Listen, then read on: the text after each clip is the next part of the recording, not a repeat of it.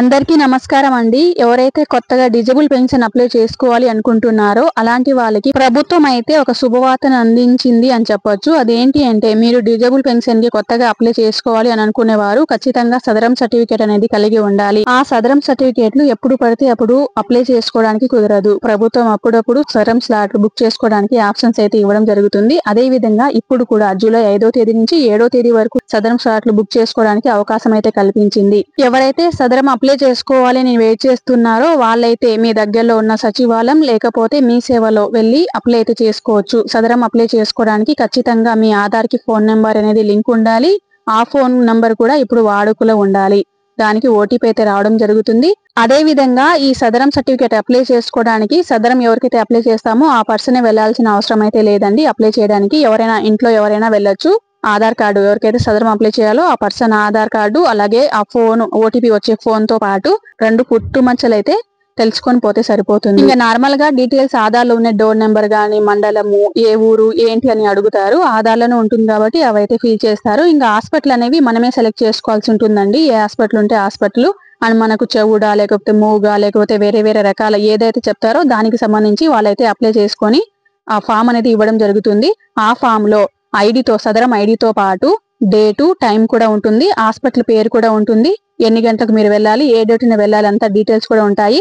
ఆ డేటున ఎవరికైతే ఇప్పుడు మనం సదరం అప్లై చేసామో ఆ పర్సన్ ని తీసుకొని వెళ్లి పరీక్షలు అనేది చేపించాలి. అక్కడ డాక్టర్లు అన్ని వాళ్ళని పరీక్షించిన తర్వాత ఒక 10 డేస్ లోపు మళ్ళీ ఎక్కడైతే అప్లై చేసింటారో అక్కడికి లేకపోతే మీరు సచివాలయం లేకపోతే మీ సేవ ఎక్కడైనా సరే మీ దగ్గర ఒక ఫామ్ ఇచ్చింటారు కదా సదరం ఐడితో పాటు ఆ ఫామ్ లో ఆ సదరం ఐడితో చెక్ చేసినట్లయితే పర్సెంటేజ్ అనేది ఒకవేళ వాళ్ళు ఆన్లైన్ చేసేస్తే పర్సెంటేజ్ తో పాటు మొత్తం సర్టిఫికేట్ అనేది డౌన్లోడ్ అవ్వడం జరుగుతుంది. ఆ సర్టిఫికేట్ అనేది మీరు డౌన్లోడ్ చేసుకొని ప్రింట్అవుట్ తీసుకుంటే సరిపోతుంది. అదే ఒరిజినల్ సర్టిఫికేట్ అన్నట్లు. ఇంకా ఆ సర్టిఫికేట్ లో ఖచ్చితంగా పర్సెంటేజ్ అనేది 45% ఉంటేనే మీకు డిజేబుల్ పెన్షన్ అనేది అప్లై చేయడం జరుగుతుంది. దానికన్నా దిగువ ఉంటే మీకు పెన్షన్ అనేది రాదనమాట. సో 45% కన్నా ఎక్కువ ఉంటేనే మీ పెన్షన్ ఎలిజిబుల్ లేకపోతే లేదు. ఇక ఆల్రెడీ ఒక 2-3 నెలల ముందే చేసింటారు వెయిటింగ్ లిస్ట్ లో ఉంటాయి. అలాంటి వాళ్ళకి ఎప్పుడు డేట్ ఇచ్చారు అని తెలుసుకోవాలంటే మీరు మీ సేవ లేకపోతే సచివాలయంలో వెళ్ళి ఆ ఐడితో చెక్ చేయొచ్చు. లేదు అక్కడికి వెళ్ళలేము అనుకునేవారు మీ ఫోన్ లోనే ఎలా చెక్ చేసుకోవాలి అనేది కూడా నేను చెప్తాను ఇప్పుడు. సో మీ ఫోన్ లో ఏదో ఒక బ్రౌజర్ ఓపెన్ చేసి అందులో సదరం ఏపీ అని సెర్చ్ చేయండి. ఫస్ట్ అయితే సదరం ఏపీ అని ఒక సైట్ వస్తుంది కదా ఆ సైట్ క్లిక్ చేయగానే అక్కడ అన్ని డాష్ బోర్డ్ అయితే కనిపిస్తుంది. అక్కడ అదర్ లింక్స్ అని ఒక ఆప్షన్ ఉంటుంది. అందులో పోయి అక్నాలెడ్జ్మెంట్స్ అనే ఒక ఆప్షన్ ఉంటుంది. అక్నాలెడ్జ్మెంట్ క్లిక్ చేయగానే మన దగ్గర సదరం ఐడి ఇచ్చింటారు. ఒక 16 నెంబర్ల సదరం ఐడి అయితే ఇచ్చింటారు కదా. అంటే ఒక 2 తో స్టార్ట్ అవుతుంది అనుకుంటా. 24 అట్లా స్టార్ట్ అవుతుంది. లేకపోతే ఏదో ఒక సిరీస్ తో 16 నెంబర్లు అట్లా ఉంటది. ఆ ఐడిని క్లిక్ చేసి అక్కడ క్యాప్చర్ ఇచ్చింటారు. అది క్లిక్ చేసి సబ్మిట్ కొట్టగానే అండ్ ఆ పర్సన్ మనం ఎవరికైతే అప్లై చేసామో ఆ పర్సన్ డీటెయిల్స్ మొత్తం కూడా వస్తాయి.